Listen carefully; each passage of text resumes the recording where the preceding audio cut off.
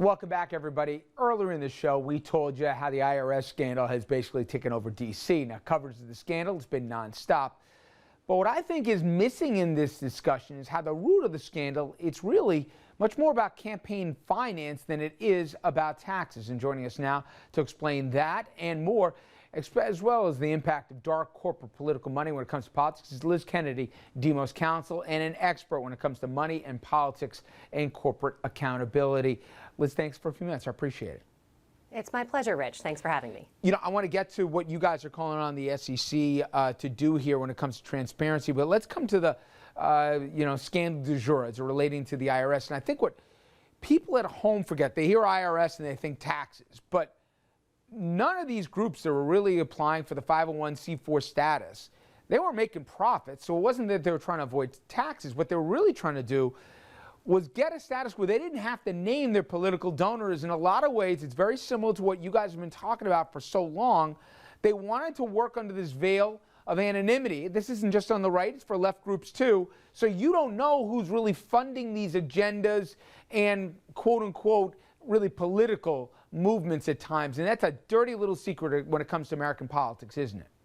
I think that's exactly right, Rich. I mean, we find ourselves in a situation where Citizens United really upended the rules of the game in terms of allowing tons of big money into our political process, and yet, after Citizens United, we haven't actually seen the real rules change to keep pace with our current campaign finance environment. So you're absolutely right. We've seen dark money in elections shoot up. It was $300 million in the last election, and much of that actually came, over $250 million, through these 501c4 nonprofit tax-exempt groups. You are absolutely right that these groups who are really spending all of this money actually in elections for or against political candidates should be operating as political action committees. That's what the super PACs are that everyone was, so concerned about. The super PACs are political action committees, and those groups that are recognized as actual political groups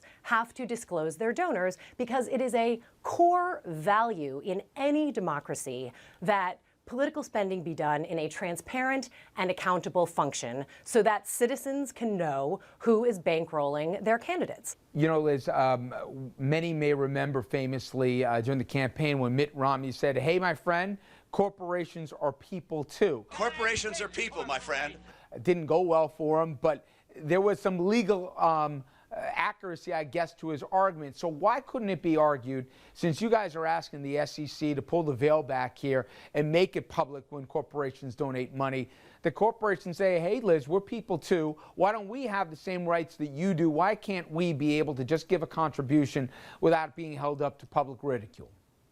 Well, actually, Rich, when individuals give money to political action committees or to candidate campaigns themselves, any donation over $200 absolutely is disclosed. Individuals have to file with the FEC. Organizations have to file to disclose their donors. So really, political groups that are legitimate political groups absolutely disclose their donors. What we are looking at with the SEC is that now that there are so many avenues for this dark political money, we're saying that the SEC should require publicly traded corporations to tell their own investors if and when they are in fact engaging in corporate political spending. Because of course, shareholders make decisions about where they're going to be investing their money, based on a number of different metrics, often based on a company's stated, policies or values. If they say that they support certain things, shareholders have a right to know if these same companies are actually spending money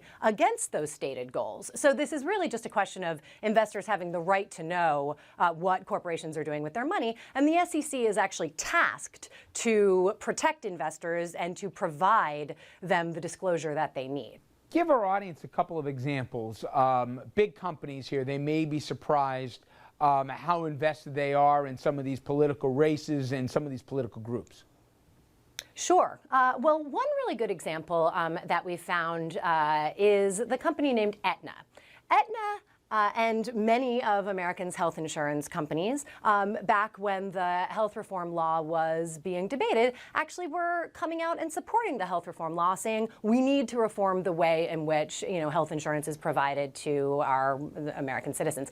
However, at the same time, they were also spending millions of dollars in donations to various groups that technically can hide their donors that were lobbying against the law. Finally, Liz, you guys got a lot of reaction as it relates to a petition that you're asking the SEC to listen to you to. I think you're now at about 500,000 people who've signed on. Mary Jo White finally put in place here.